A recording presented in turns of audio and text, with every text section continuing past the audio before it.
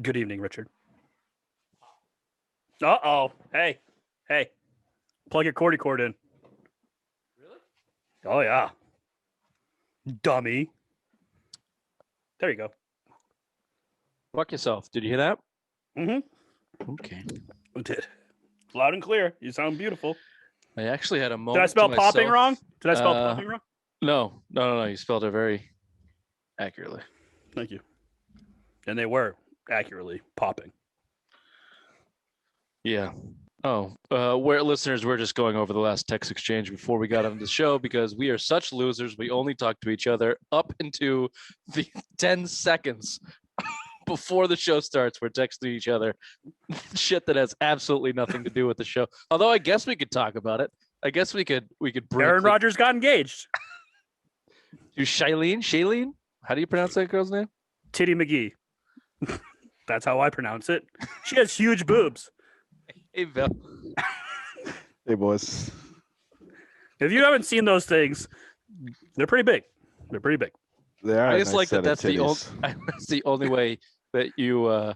That's the only response you had to me saying that. Aaron Rodgers gets engaged. Huge boobs. She does. That's all he cares about. He's like a fucking teenage boy. Sorry, she does. I mean, am I wrong? No. And No, you're not Bill, wrong. just to go back to this text, that Divergent series was some of the worst acting Ooh. in movie I've ever seen in my entire life. Oh, Bill- I didn't mind it. I thought it was all right.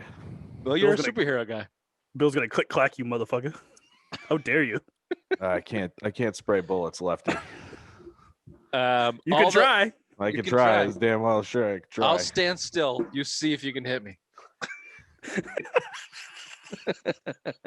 You look like the bathroom when you do that.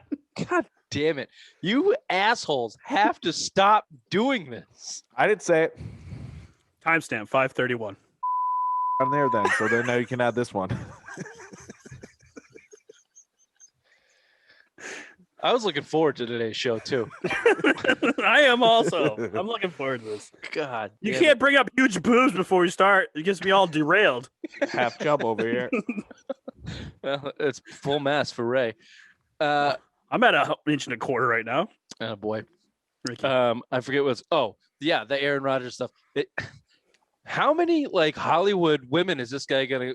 What Danica Patrick was like last week, and now he's Lindsey engaged to Who was that other chick that he had? That fucking Olivia Munn. Olivia Munn. way hotter than this. Way hotter. Oh, I can't say that either. Sorry. Anyways, way hotter. He's a Yeah, whack but, job though. Like Olivia they're, Munn's the one that made him leave his family and never talk to his family again, right? they're Yeah. all whack jobs. I've just gone to assume that I'd anybody leave that's my family in for a hot chick too. Who cares? haven't you left your family for fat chicks like 25 years ago? Yes, he was raised No, by I don't. wolves. Have you ever seen the movie Dances with Wolves? We went over this, Rich. I'm sorry. My apologies. It's the reason why he likes wolves. Kevin Costner. Kevin That's why Costner. he's such a big fan because his family left him for someone fat and ugly and left him to be raised by wolves. Okay, sorry. Yes, I lost track of that whole timeline from need Bill's family Billy tree. Trash Can. It's just a weed leaf. Yeah, you have no idea. It's all fucking burnt up. My new crest. Just 2 fucking 9mm over a weed leaf. It's pretty much any 90s rap album cover. Product. Yeah. Chronic motherfucker. Click clack. Wow, okay, well, that was spirited. Congrats to Aaron Rodgers. Welcome to the Simple Minds Sports Show, Wednesday edition, February 24th. Welcome to the show.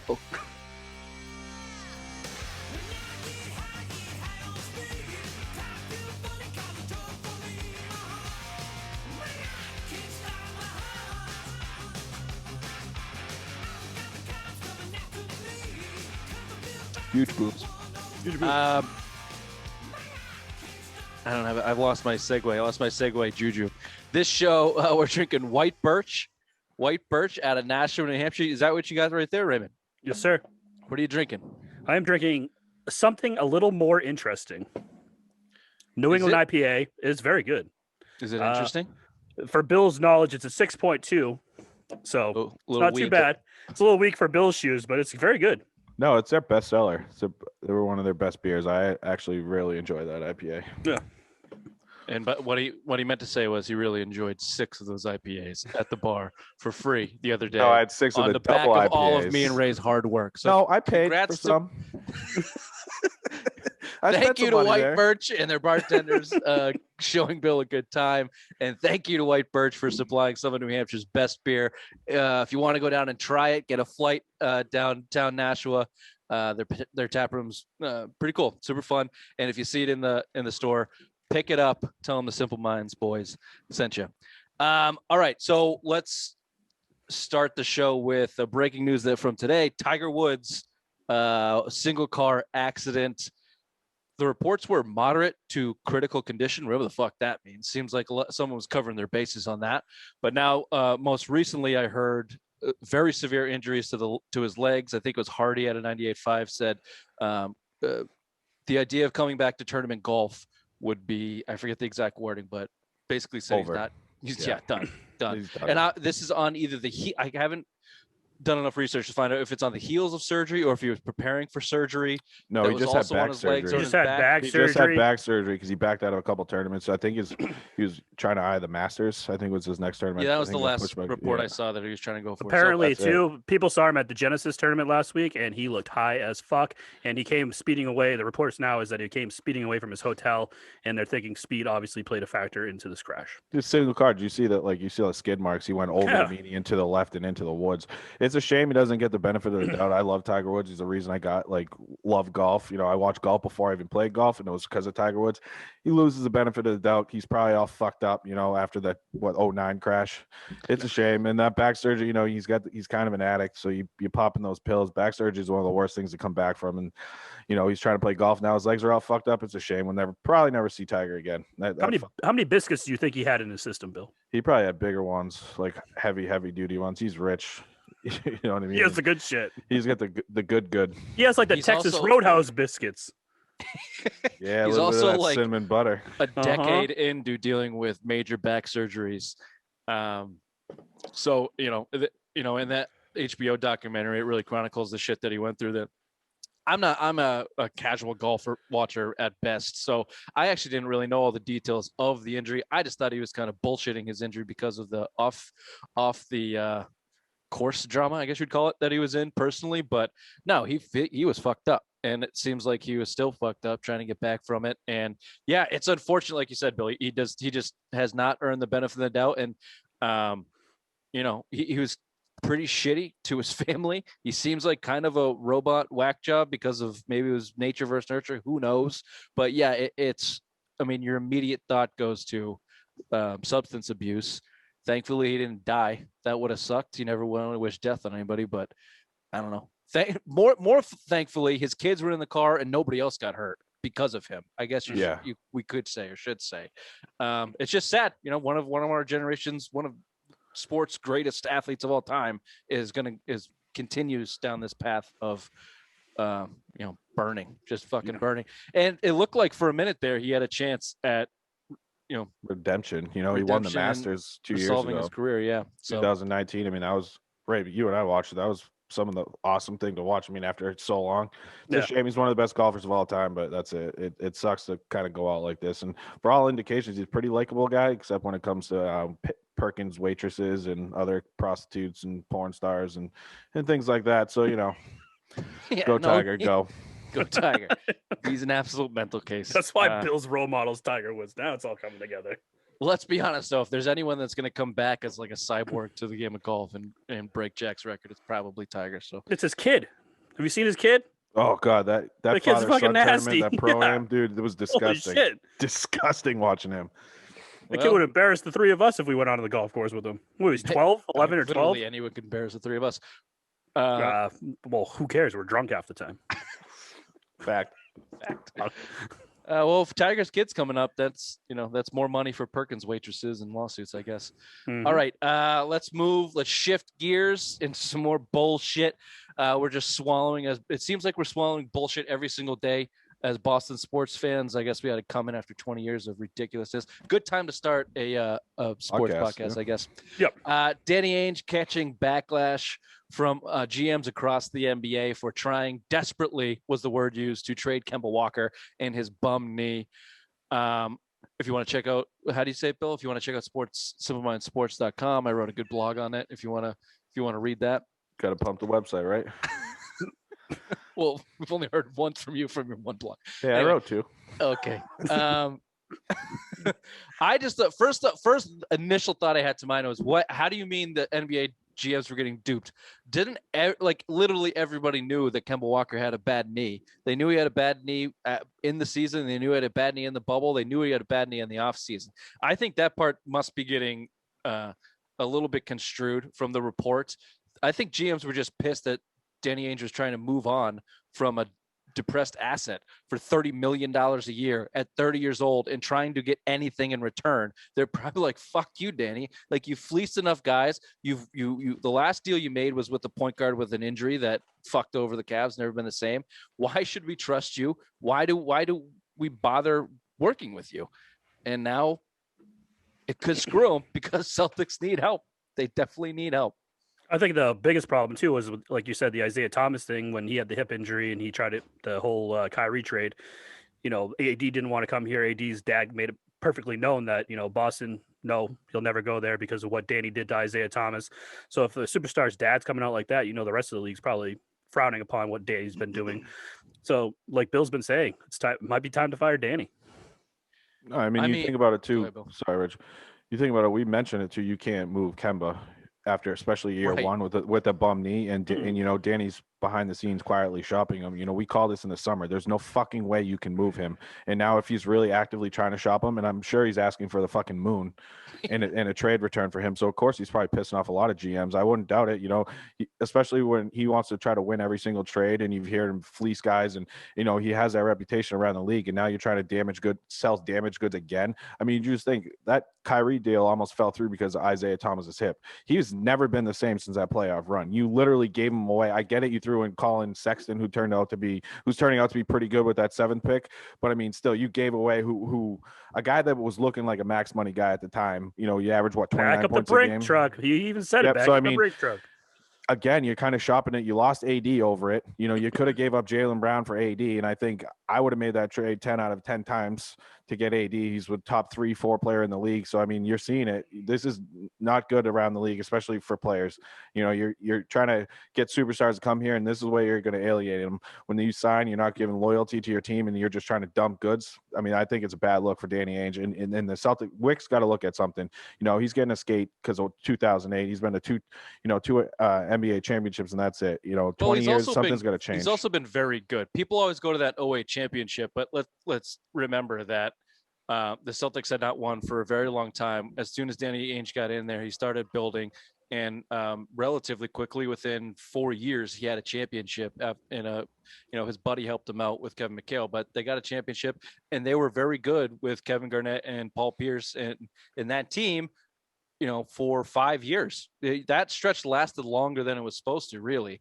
And then after that, he fleeced the Nets and put them in an excellent position to have now 2 budding superstars and Jaylen Brown and all defense. So Danny Ainge has done a really good job. I went back and looked at it. It went off the fucking rails with guess who? Kyrie goddamn Irving. As soon as that trade went through, the year after that trade, Kyrie gets hurt. Gordon Hayward gets hurt. The kids go to Game 7 at Eastern Conference Finals. They all come back, and it's a fucking mess. It's an absolute mess. They should have traded Kyrie that year. The writing was on the wall that he wasn't coming back. He said, "Fuck Thanksgiving." That should have been strike number 3, 1, 2, and 3. Get him out of here. Fuck that guy. Danny didn't have the balls to ship him out. That's where he got neutered. Then he wouldn't move Rozier because he needed Kyrie insurance in case Kyrie got hurt or left. He wouldn't move anybody off the team because he didn't get what he couldn't fleece somebody, or he overvalued him, or he thought he had the team to win. You didn't. Everybody in Boston knew that. The following year, he has to do the opposite. He has to go out and find somebody, but he won't give up on someone like Javante fucking Green because he doesn't want to. He's so afraid of the chemistry imbalance that happened the year before. And that year's team had good chemistry with first year with Kemba and all of that. In the meantime, you've lost Horford. Now this past season, you lose Hayward for absolutely nothing. You have a bad knee in Kemba. You have to make a deal now. It doesn't seem like he wants to. It just seems like this downward shit spiral ever since Kyrie kind of fucked him. And he snipped his balls, and Danny doesn't have the gumption now to go do the things that are kind of used to seeing him do over his tenure. So if that's the case, if he's lost his mojo, yeah, I'm on board with fire Danny because he can't do what he used to do. But he still does have a good enough track record to get him through this year, probably next year. And then you start talking about Tatum and Brown forcing the way out of town, and you blow out everybody before you let that happen.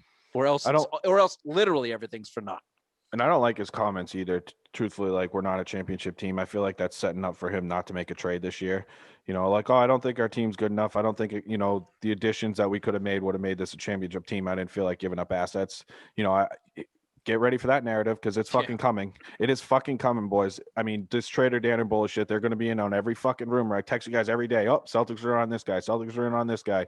Nothing's going to ever come of this. Oh, we didn't want to give up future assets for something that not a championship team. It's coming. It's coming. Those comments right there solidified it for me. Get rid of this. If it doesn't happen, get rid of them this year because you have enough talent to add this team right now and to be a championship team, especially if you add to the bench. You don't do it.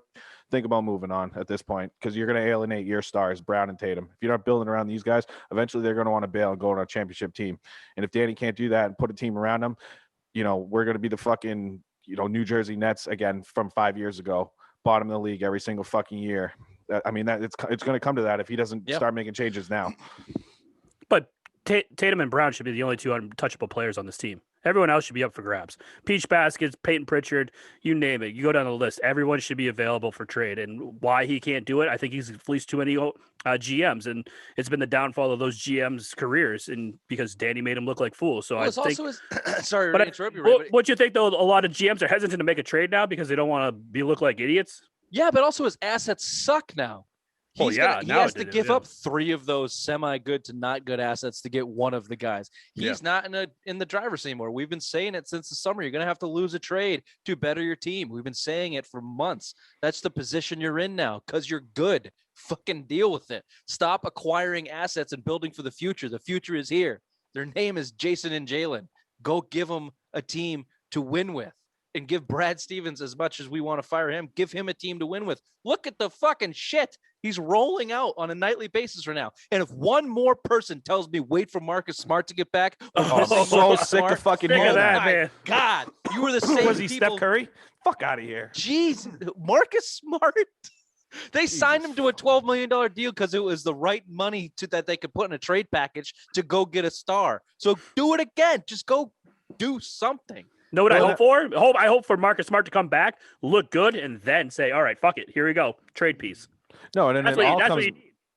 Yeah, go ahead. Sorry, Ray. I didn't mean to cut No, go ahead. And it all comes back to fucking Kyrie. You just think if Danny waited one fucking year, Anthony Davis is up for grabs. Then you have another first-round pick that turned into a good player in Colin Sexton who's improving every fucking year, and you could still dangle a few more assets. And again, that lottery pick in Jaylen Brown gets you Anthony Davis when he's up. And I guarantee once him and Tatum together, you can build a pretty good nucleus around that and can kind of convince him to stay. So, I mean, that's where he fucked up. He's a star fucker. He thought just get dumping Isaiah to get Kyrie would bring Anthony Davis, and he didn't realize the ramifications on it. I mean, I'm pissed. I'm pissed about Danny. We've been pissed about Danny for a while now, especially last year's trade deadline when there was guys available and he fucking refused to give up assets where you could have made a run to the NBA Finals. You needed one more piece to get past Miami. One more fucking piece would have got you past Miami. Yeah, you probably would have lost to the Lakers, but you never fucking know. Anything could have happened. You never know. And you blew it. You blew it last year, and now you're going to fucking blow it again this year with your stupid comments. And he's lost. I'm tired of this shit. I know he's done a good job, but after so long, I mean, you look at Brady. He wanted to move on after 20 years. If something doesn't happen now, they need to think about it. Yeah, no, lost is a good word. They're kind of, it seems like they're kind of stuck in the mud, and the roster needs a shakeup. Bottom line, Who's not stuck in the mud? Your Boston Bruins. We haven't had a chance to talk about the game yet. So circle back to Lake Tahoe. Just give me your overall impressions of. So I didn't watch the fucking midnight game with the Avalanche, but obviously I watched a lot of the Bruins pregame coverage and afterwards. Kind of cool. It was kind of cool. I mean, as much as shit we gave them for screwing that up, it was a pretty cool visual. That backdrop was awesome. Yeah, it was Yeah, like you it were really playing was. like EA the Sports. McAvoy shot. As soon as I saw the replay of the McAvoy shot on Twitter, I was like, "Ooh, Oh yeah, they'll be back there. They'll be playing back there." Yeah, I mean that was nice too, and like the midnight game kind of sucked, but that backdrop even in the dark, because it wasn't completely lit up, so it looked like it was like legit pond hockey. Like as we were kids, our fucking parents just putting spotlights on the ice. That's what it looked like at the midnight game. I thought it was cool. The sun setting and I thought that was a little bit of a disadvantage for the Bruins especially too, because one goal in the first period was directly related to the sun. So I'd like to see him kind of adjust it that way. But man, the view and pleasure there was awesome, especially when the sun started to set. It was great, and fuck. Bruins came out firing, man. Their offense was disgusting. David Pastrnak is fucking turning into a superstar every fucking year because that 10 hat tricks since 2016, disgusting. I'll call my Wuhan guy, Bill. We'll get some jerseys. Yeah, and McAvoy, dude, McAvoy's showing like he's a stud. I mean, this is what we needed. He's been your team MVP from the start right now, and that goal that he scored from the blue line was disgusting. You're seeing it day in and day out. I mean, get the kid on the ice every chance you can get. I'm leaning more towards your line of thinking, get him kind of more power play minutes, especially now where your whole defense is hurt. Your whole defense is hurt. You got to. Your whole defense is fucking hurt. I don't like the 5-forward power play. Your whole defense is hurt. Just get him up there. I mean, he's been your best fucking player. Forward, defense, goalie. He's been your guy, and this is what we needed. This is the projection we needed. So fuck, I'm very excited. He is your guy. Forward. He's an absolute stud. He's going to be in the Norris Trophy conversation this year, if not finalist. So yeah, put him on every single minute that you can put on him. And yep, he belongs there. He's the best player in the team right now. Yeah. So quickly going back to the Lake Tahoe stuff, the second period was perfect. You just start the game, then you're fine. And it's still really dramatic and really cool. The Bruins rolling in, Bergeron, Captain Bergeron, getting the guys to rock in the 90s wind gear and shit like that. That was awesome. It just, I mean, the visual was cool and it was really fun. And Pasternak's interview, Ray, was really fun. My God. The Barbie song. It was fucking awesome. It just screams to me that this team is kind of locked in, clicked. They're playing for each other. They're playing for the right reasons. They've been and they're playing for the butthole tattoo. I mean, that's what you want to see. Tattoo is on, and it's amazing. Year 2 after losing in a Game 7 of the Stanley Cup, you're still at this level of competitiveness. The complete reverse or opposite in other side of town with the Celtics. You just being able to see that night in and night out with the way the Celtics fucking shit their pants and quit, and then how the Bruins are doing the exact opposite. Thank God for the Boston Bruins and Charlie McAvoy and even David Pastrnak, who is a stud and a sniper. Don't be Ovechkin. Do not wait 12 years to win a Stanley Cup. That's all I'll say about David Pastrnak. And one more thing on the Lake Tahoe game next year, it's rumored they're going to was the president? The president's fucking mountain. South Dakota, Mount Rushmore. Yeah, Mount Rushmore. Sorry, yeah, that looks like the backdrop for next year's kind of outdoor games. So I haven't heard anything on the Winter Classics. Usually played, New Year's Day. So I think this outdoor series was going to be at Mount Rushmore next year, and that might be a fucking pretty badass backdrop there too. So I mean, I love this outdoor COVID all over. The Simple Minds boys going on a road trip. Yeah, that'd be fun. South Dakota, Sturgis. Speaking of COVID, that was one of the biggest outbreaks this year. So hopefully, like 250. What was it? 250 cases, 1,000 cases, or some shit. We were actually. Never mind. I'll tell you the story after. But yeah, I ran into one of those guys that was going. And let me put it this way: I put my mask in my pocket before I started talking to that guy. He was not a believer. What was I going to say? We got a brief look at the Boston Bruins without David Krejci. I understand that we've seen this before, but I think it was an Athletic article that kind of chronicled it. This is his contract year. The Bruins have not extended unrestricted free agents as of late. He'll be 36, they're taking the Patriots route. I like it. I think he's at $6.5 million now, so there's a good chance he's not with the Bruins next year. Basically, is what I'm trying to say. So we got a little brief look into what that might look like next year with Coyle on your second line, Trent Frederick, and Studnicka Corralley was he was no, it they was put Frederick on the left wing, right? It was Richie, Coyle, and Smith was your second line. So Nika centered that third line with Bjork and I think Frederick, and then there was Corrali, Wagner, and I forget who else was on there. I can't remember off the top of my head, but yeah, I mean, you're looking at it. The second line this week, hope to see Charlie Coyle score a goal. I mean, he's been fucking off the score sheet for at least 10 games now, 11 games. He's been pathetic this year. You hope to see him kind of maybe get something going now with Krejci out. Sounds like Krejci's going to come back this week, though. He might play. I think they're playing Thursday and Friday this week, so it looks like he's probably going to play one of those games. I still think he's going to add value to the team. You know, he's obviously underperformed his contract this year between his age, over $6 million, but you know, I'm fine with the Patriots route. You know, let him go to free agency, kind of see what he has. I think he's still valuable to this team. I don't think I'd like to see him in a lesser role next year, and especially a smaller contract. But if you can't trade him, I think you're not going to trade him this year, especially if you're in the thick of things. I just think I don't know how much better you're going to get moving him at this point.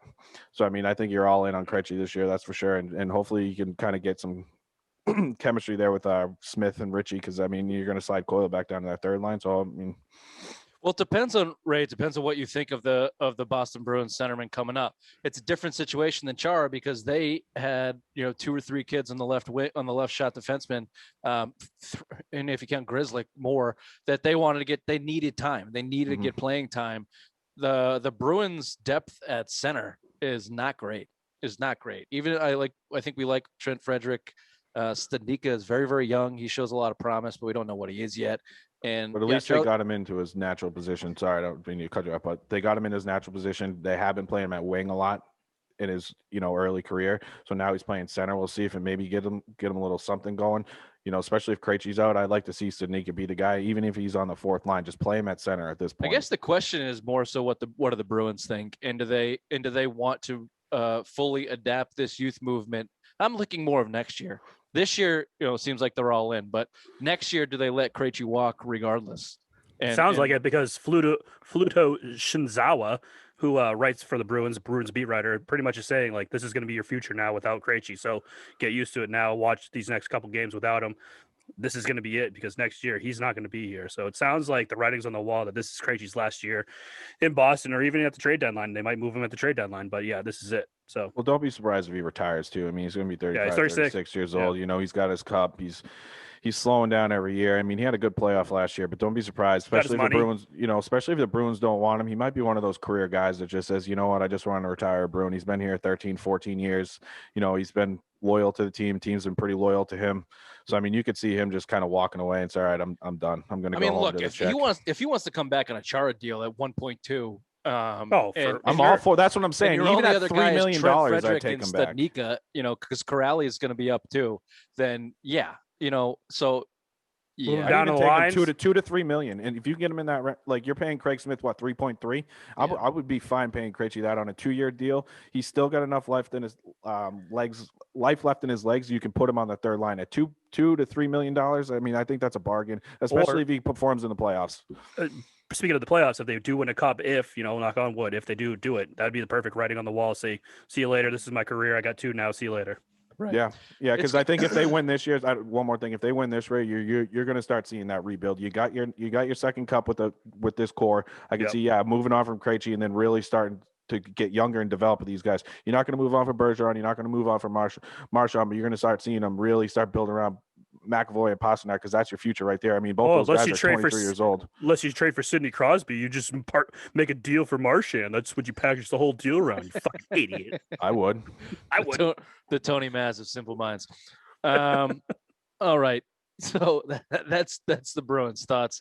Yeah, I just think it'll be interesting to see. But yeah, I don't expect them to move on. And I think the Bruins do have a little bit of a loyalty thing as opposed to the Patriots, where Bill Belichick would look at an asset like Krejci and say, "You're not walking for nothing. I'm getting something out of you." But hockey doesn't quite work like that. So he's, his salary is a little bit high to just be tossing around, even prorated at the deadline. He'll make it through the season, and depends on what they do after. I think he needs next year to get to 1,000 games too. So that's a milestone. A lot of guys want. And he's got a no movement clause too. So just he's got to approve every deal. So if he's not going in a good situation, why is he going to say, "I want to move"? Yeah. Speaking of no movement, I don't know. Jeff Howe says that the Patriots are being aggressive, and he's also says they're being disciplined in the quarterback market. We're a little bit short on time, so let me bundle this in.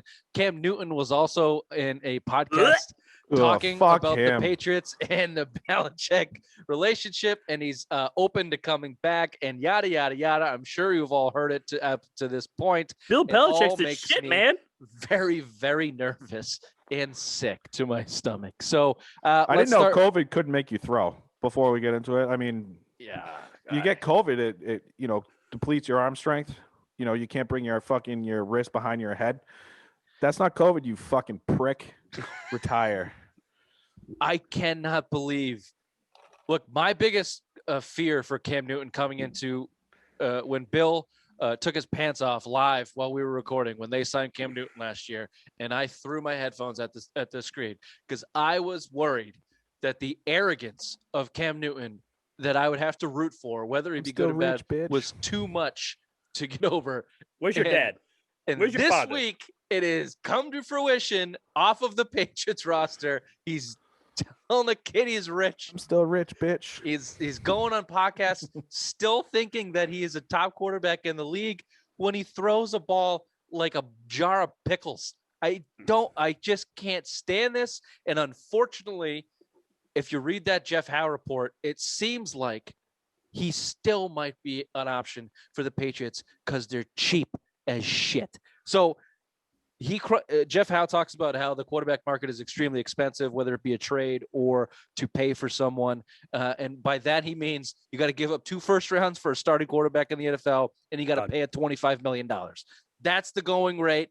Jeff Howe says that's too rich, according to the Patriots. So I ask you, what's the Patriots threshold here? What's their price that they want to pay a quarterback? Mid-round pick. $5 million. Yeah, I mean, if you think about the Brady mold earlier in the career when they built the roster around him, early in his career, they were paying under $5 million for a quarterback. The $180 million salary cap, they went down 10 to 15% from last year. So of course, it's money in his mind. I think if the right deal's there, he'll do it.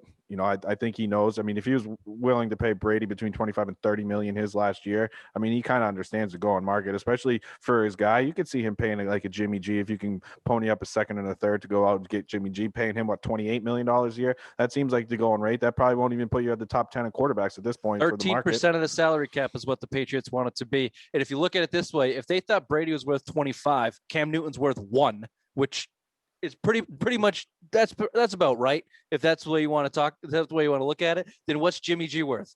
Like 8, 10. Like you never know. They could convert a lot of that shit into a signing bonus and lower and pay 10 to 18 million for the cap hit for Jimmy G. Bill's got a hard on for Jimmy G. You know that. He's texting him after every game. I love you. I miss you. Well, that's the only guy that I see them stretching out like this for, Ray. Like, yeah, because of the eggplant emojis to Jimmy G, maybe that's the only guy he has his eye on. And if he can't get him, then he's going to shit heap it again at the end of the season. I keep hearing Marcus Mariota, and if you can't get Marcus Mariota, then excuse me. Like, are you fucking kidding me? Like, why can't you make a trade package to go get? I saw the Seattle thing today that Russell Wilson, it's the starting price is 3 first-round picks. Why hasn't Bill Belichick go, here you go, here's 2021, 2022, 2023, and go get Russell Wilson? You can build around that to attract free agents to this team. Do it. Why don't yeah. You can't win without a franchise quarterback. He should be overpaid to get whatever he wants. And then the new reports out of San Francisco are now Jimmy G is kind of sick of being the fucking pinata in this whole thing, and he wants out. He's basically said, I want out of San Francisco. This is what Bill's waiting for right here. Well, maybe Bill will come out looking like a genius again. Yep. Maybe he'll come out looking like a genius again. I hope so. I think Jimmy G is the best case scenario. The 3 first rounds for Russell Wilson, fuck that. He needs a safety and a left guard. No way he's giving up first round picks for Russell Wilson. What's Russell Wilson going to do that Cam That's Newton Josh can't McDaniels' do? wet dream, though. I get it, Ray. No, I know. I'm just saying though that's what Josh McDaniels wants to work with. He had Baker Mayfield. He wanted to work with him. He wanted to work with Lamar Jackson. These are the kind of quarterbacks that like Josh McDaniels wants to work with. He drafted Tim Tebow. Well, that's why he brought in Cam too. I mean, you think that's what if you put Russell Wilson on this team, you're I mean, you're in the AFC Championship game. I mean, and Russell Wilson potentially is top you're- 5 quarterback in the league, which potentially going to the automatically Super Bowl puts with you in him. a championship game. Yep. But how many Basically. these guys would resign? You know that David Andrews would resign. Joe Tooney, franchise tag him. Boom. Now your line set, ready to go. Now Well, you're and attracting. you got your weapons too. You Yeah, you bring you Russell, attract bring all Russell these wide Wilson over receivers, here, yeah. Hunter All right, Henry. hold on. Your boners are Sorry. popping through the screen. You're not getting Russell Wilson. This is the solution that we're hearing about. The Marcus Mariota. Well, no, it's okay because we're also going to bring Cam back so they can compete in camp. So those guys are going to Who compete. the fuck's going to compete with Cam Newton? Anyone can win that competition.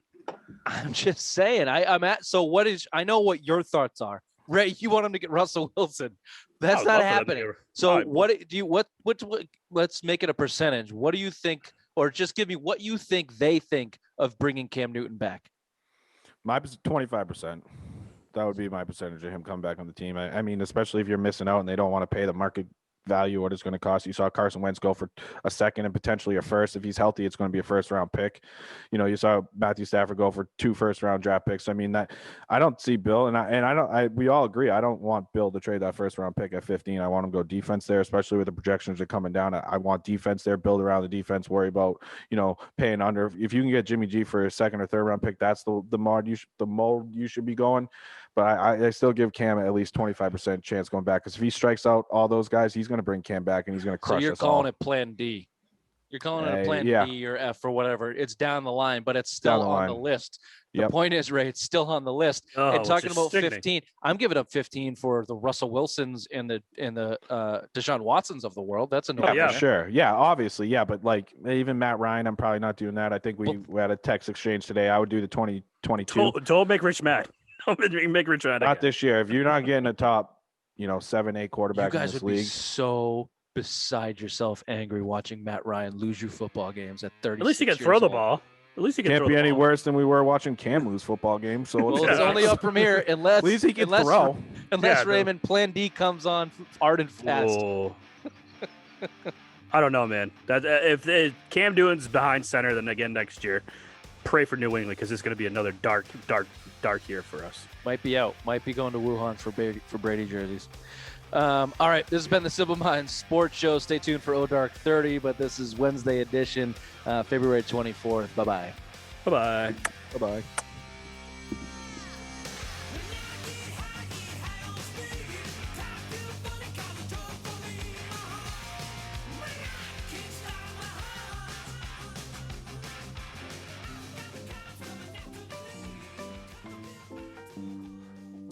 Gentlemen, I wanted to touch on a couple things baseball related. Welcome to Dark 30.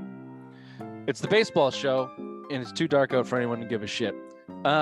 This is out of order from what I sent you, but let me just say this. Number one, the Red Sox are not signing Jackie Bradley Jr. So all of these assholes that are pining for the Red Sox, putting that name out there to help Jackie Bradley Jr.'s market. Hey, Jackie, your market sucks. Go sign for whatever anybody's offering you, because that's what you're probably worth, and you're not getting it from the Red Sox. Yeah, you don't Milwaukee's fit in their plan, and you're too expensive. So that's not happening. Can we just get that out of the way? Do we all agree? Agree. Yeah, Milwaukee's the new team that emerged within the last couple of days. So, secondly, we talked about this in our text exchange yesterday. The Mariners CEO got canned, or I guess he technically resigned from the video he had with some Rotary Club in Seattle. And if you watch that video, those old bastards, it just first thought I had was Bill. Like, I can't wait for Bill to join a Rotary Club and talk some racist shit to some CEO of the baseball. What is a Rotary Club, anyways? I have no idea what it is. It's a social club for old white guys that pretend to help the community. Gotcha. Look, we all kind of agreed that the comments that came out and the videos that came out on their merit for what he actually said, it's not worth losing your job over. Is it stupid? Yeah. Is it insensitive in these day and age? Certainly. Yes. I had a problem with when he said their number 2 prospect, Rodriguez. He asked about him. He said, look, he has a big spirit. He has a huge personality. Doesn't speak English great. That's a little racist, dude. You can't say that unprompted. So then I went digging into it, and it seems like he has some issues. It seems like he's kind of just a little racist. and has some misogynistic and sexual harassment problems. So and he's also run the Mariners like a two-bit sweatshop from a financial standpoint for the past 10 years or something. So put it all together. Yeah, this guy probably should have gone. On first glance, we all talked about it. I'm just sick of people losing their fucking jobs over videos, clips of videos that come out on the internet where they sound bad in a context or without context. Yeah, I mean, some of that stuff definitely, and even like some of the things I didn't mind him, the delaying service time. That was another one that came out, which every team in the league does it. I don't mind it. If I'm the Red Sox, I would do the same thing. Mariner, every team does it. Especially like you said, Bill, in COVID year. Why are you going to waste? Why wouldn't you do it? Yeah, you know, but like. He's a piece of shit. You know, in 2018, he settled a sexual harassment lawsuit with women that work for the Mariners. You know, and he skated on that. In this day and age, I mean, right then and there, he probably should have got fired then. Yeah, you know, absolutely. And just some of his comments, I didn't think they were all that bad, except for the translator one. They didn't want to pay those guys. I don't want to pay that guy $75,000. I'm almost torn on that. That guy was in the States for 10 years. You're supposed to pay a translator 10 years? As soon as I told him he's going to pay that translator, he spoke perfect English. Weird. Well, I mean, dude, some of those guys never learned. Vladimir Guerrero never learned English either, dude. He was a superstar. I know, but Ichiro said he never learned English, and he did. So I don't know. There's just the way. Obviously, the guy's a shithead, and the way that he said things were funny on the surface, but you could tell he's kind of a dick. Yeah. So, this is the last thought before we end out our 30. Let's end on a happy thought. I have general good feelings for this Red Sox team. I don't know why. I don't know if they're merited, but I just feel better about this team. It seems like you eat a brownie? I must have. At least we're not firing our CEOs for shitty sexual harassment and racist shit. Okay, this is Dark 30. Bye. Bye-bye.